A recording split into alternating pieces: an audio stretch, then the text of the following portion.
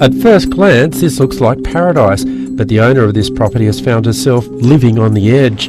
After purchasing the house 3 years ago, Marilyn Lucchetti is now contemplating how to prevent it slipping into the ocean.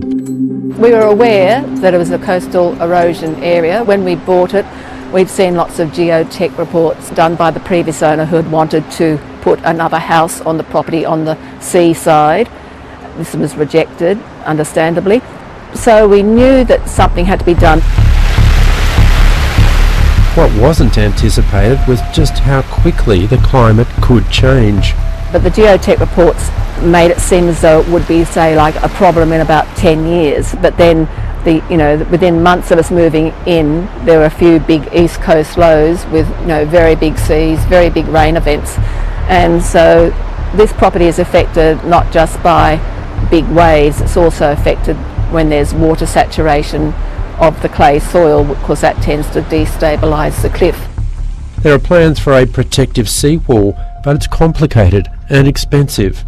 Basically, we're told it'll cost about $65,000 to get to the stage of a DA, so that's how much it will cost me to get to talk to council, which really annoys me.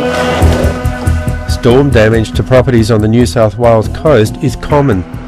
Yet this agent says it's not having a noticeable impact on prices. This house recently sold for more than $6 million. People are still buying, properties are still being sold, and I think people are still drawn to this lifestyle regardless of the risks. He says it's not a case of buyers not doing their homework, it's more about calculating the risks.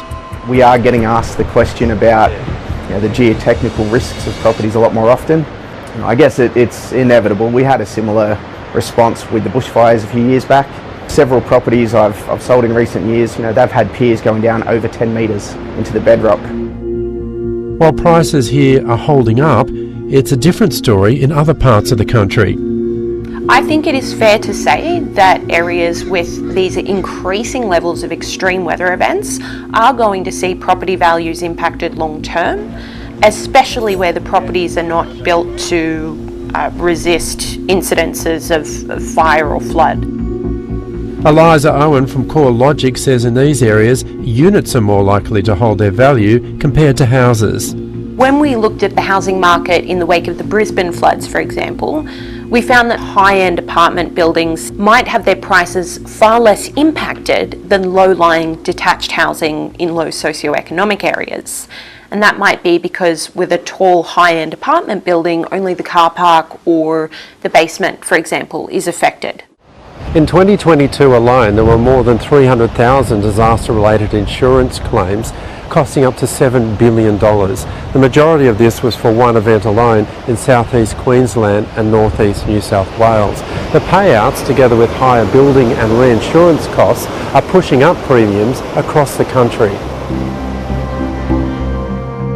In the face of more frequent extreme weather events, Australia's largest insurance company, IAG, is calling for urgent action. What we really need to be doing is getting ahead of this problem. And that means we need to stop building, putting new communities in harm's way, new dwellings in these high hazard risk zones. Andrew Dyer says there needs to be greater investment in mitigation measures to help bring down premiums. I don't think it's acceptable that we expect a problem just to go away or to be handled by insurance. It's fundamentally a problem of addressing the underlying risk through either mitigation or, in the most extreme cases, we have to ask ourselves about the long-term viability of some of these pockets that are extremely impacted. In Wollongong, the council has been buying back individual properties since 1990. Well, council's purchased something like around about 86 properties, and they were identifying flood studies and things of that nature, but it's very expensive. The council program is largely funded by the state government at a time when it's also facing a critical housing shortage. Yet the pressure is on us to release more land, and we're having to say no or identifying the constraints and leaving it to those who purchase and the developers to mitigate or work with those risks. A lot of people have purchased land in Wollongong on cliff tops, next to waterways and so on. As I say, they make decisions on bright sunny days. Decisions with potentially devastating consequences.